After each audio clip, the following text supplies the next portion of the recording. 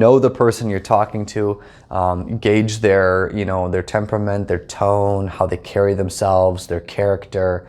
Are they a liar? Are they a thief? Because not every service member is a good person, all right? Hey guys, welcome back. It's me again, Jessa and Travis.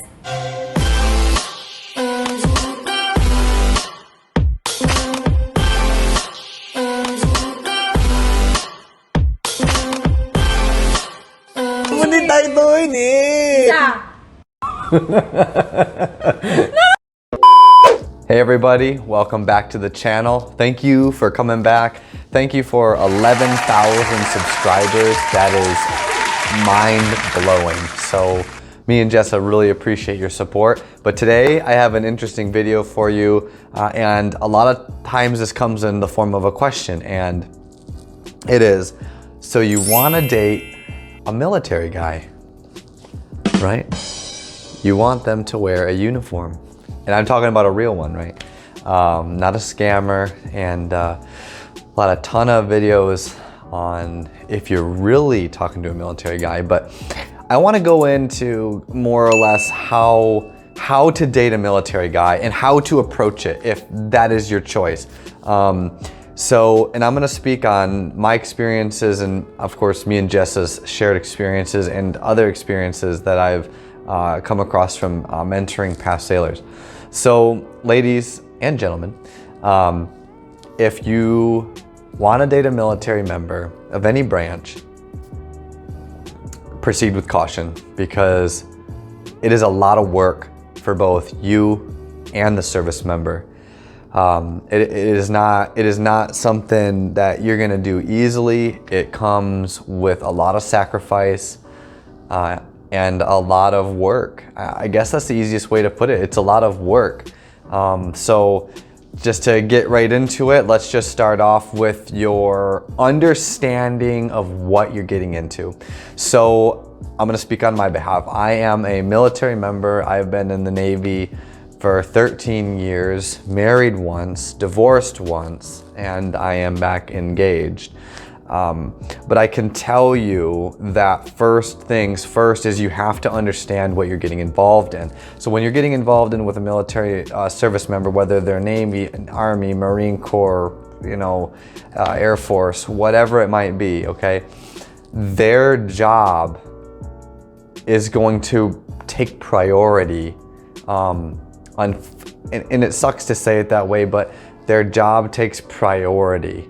So especially with a newer military member, you're gonna see them concentrate a lot on their job and not so much on their family. So family should come first, but a lot of new sailors and soldiers and airmen, they have a hard time distinguishing that. So girls and guys, I need you to understand that they don't do it on purpose. We don't do it on purpose, okay? There's a lot of competition in the military for advancement. There is a lot going on depending on your job. My job is very busy compared to others' jobs. So like Jessa knows that sometimes I stay late at work. Sometimes I go in early in the morning. I do not work typically a 9-to-5 job. A lot of my past work has been 12 to 16 hours a day. And I've just, choose your rate, choose your fate. So ladies and gentlemen, you have to understand that when you're getting into a relationship with a service member, it takes dedication from you and understanding from you. You have to be understanding of what their job entails, what they're doing, their working hours, and know that everything can change like that. Snap, oh, schedule's changed.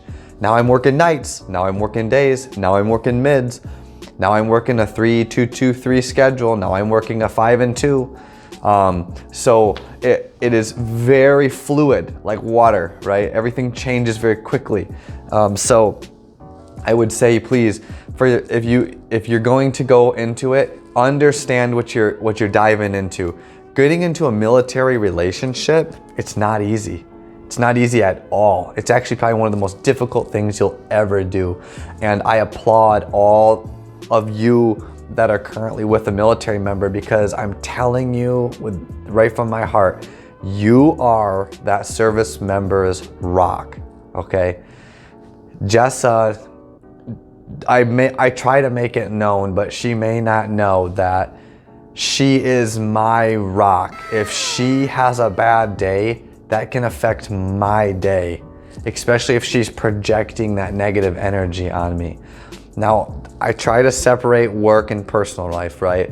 You try to keep them apart, but you can only do that so much in my experience.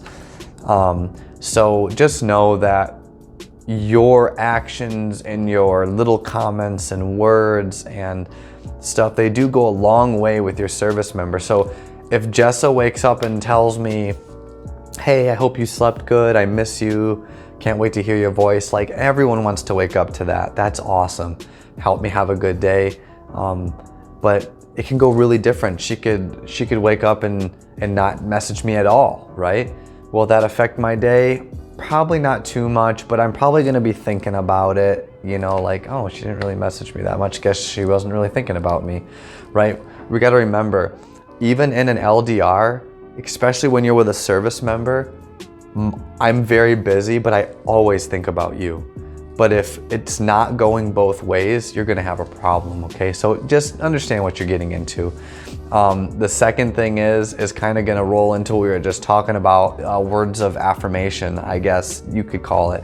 So being in constant communication, and I know we've said it in multiple videos, but it's true, it's dating a service member, you have to be in constant communication. You have to talk to them. You have to be there for them.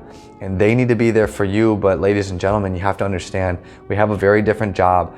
We don't just go to a corporate world, right? Sometimes we're dealing with very extreme decision making and different sort of protocols we have to follow and do, and we do things we don't like to do, and when we have to do it, we're dealing with sailors and soldiers and airmen's personal lives. And if you have any subordinates under you, think about all the subordinates that are under me that I have to carry all their load, their personal problems, their pay problems, their family problems, their work problems. You know, I'm there to try to be a mediator there and try to make it better for them. Their quality of life a lot of times depends on me. So think about all that stress. That's just for sailors. That's not all the extra work I have to do, the meetings I have to attend, the other things I have to do to still be progressive. And then I still have to worry about my family life and my mom and dad and Jessa and how her family is and how her day is going, how her job is going, okay? So there's a lot of stress on that service member. And again, communication and understanding is gonna be a big part of that, especially because we don't all work 9-to-5 jobs. So I'd have to say another thing you have to understand is our mindset is way different. We're not civilians, okay? And my mindset is gonna be different than a Marine's mindset, than an Army mindset, and definitely different than someone in the Air Force or the Coast Guard, right? So our mindsets are different. And that is going to be a big factor for you men and women looking to date a service member, because some of us, for me, I'm cool, calm, collected. For the most part, I'm cool, calm, and collected, and I don't make emotionally based decisions. I'm rational, and I try to make logical decisions based on what I feel is logical, rational, right? And it makes sense. Some people are not like that. Some people make their emotional response and that's all they do. If you see what's happening in the world, a lot of people now are just emotional responders. All they do is if they feel bad, they react how they feel. And that is dangerous. If you're in a relationship with someone who is an emotional responder, right? They don't think before they act, right? They just go purely off emotions. Be very careful. I am just warning you from past experience of seeing what can happen. It's dangerous. It could be part of PTSD, but you need to be cautious with that. If someone can't make a logical decision based off of logic, facts, figures, and rationale, basically, is this a good decision or is this a bad decision? You probably need to tread with caution right there. And I only say that because I've seen a lot of relationships go really bad, turn abusive, because people, they don't think. They just act on their emotions. I'm mad now. Just something like that, and you cannot act like that. A lot of police officers are emotionally based reactors, right? It's terrible. If you ever notice yourself getting like that, you can go seek help, or just realize it yourself, understand that yourself, right? So for me, if something's not right, I take a step back, I pump the brakes, and I build out of the box, right? So I take my problem and I try to look from the outside in and say, okay, how would a rational, logical person approach this, and what should we do? Instead of flying off the handle, sometimes, okay, if I stub my toe, I'm like, oh my God, I stubbed my toe. But, if it's not, you have to logically and rationally kind of go about it, your decision-making process from there. You can't be leaping, you can't be walking off a bridge before you look how far down it is, okay? Make logical decisions, okay? Logic and reasoning, okay? It's called problem solving. People don't like to problem solve anymore. When you're in a military civilian relationship, you have to problem solve, because that military member, that civilian, we think differently. We think very differently. So you're gonna have to make that connection. I don't wanna make this video too long. I just wanted to kind of point out get some points across, because a lot of people don't know how to handle a military member. And we could dive into an hour's worth of conversation going into the psychology of what to expect and how to handle it. But just know that you have to be understanding, all right? You have to be committed and know their work and what they do, and you have to communicate. And then again, you have to make your decisions about your relationship and proceeding forward with things based on logic and reasoning, okay? Because a lot of those things are not done, and you get into a relationship where you thought that this person is the perfect guy, right? Or the girl, but they're not acting like they normally would. So unless you've lived with that person, or you've seen their true colors, you have to be kind of wary about that. So do I get mad sometimes? Sure. Do I ever fly off the handle? No. Most, if not all, my decision making is based on logic and reasoning, and to go about it in a logical way, What's the argument? Does it make sense? Did I do something wrong? Because I'm okay to admit that I did something wrong, but a lot of people will not do that. So know the person you're talking to, gauge their temperament, their tone, how they carry themselves, their character. Are they a liar? Are they a thief?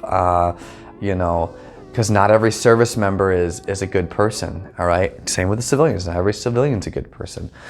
So I guess kind of look for those warning signs, but you just know that not every service member is the same. A lot of people are like, hey, where can I find a guy like Travis? And I really appreciate that. I think it's freaking amazing, but I am not perfect. I have my faults just like everybody else. And I have learned from my mistakes.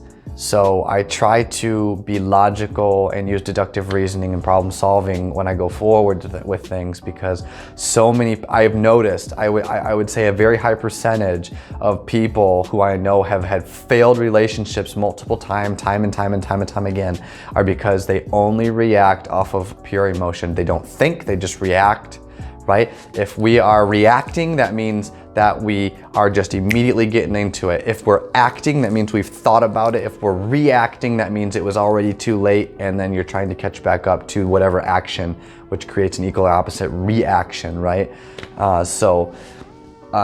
Again, you just gotta think about it. So, know what you're getting into, communicate with your partner, don't make illogical decisions, all right? Make logical and reasonable decisions.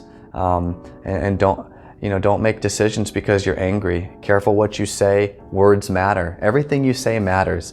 Being with a service member, it is not easy. I guess we could put this as like a part one, because there's a lot more things that we can get into. I hope you liked this video. I hope it answered some of your questions. If it helped you with your relationship or your LDR, or just to communicate with your significant other, please like, subscribe, comment below, and thank you so much for stopping by.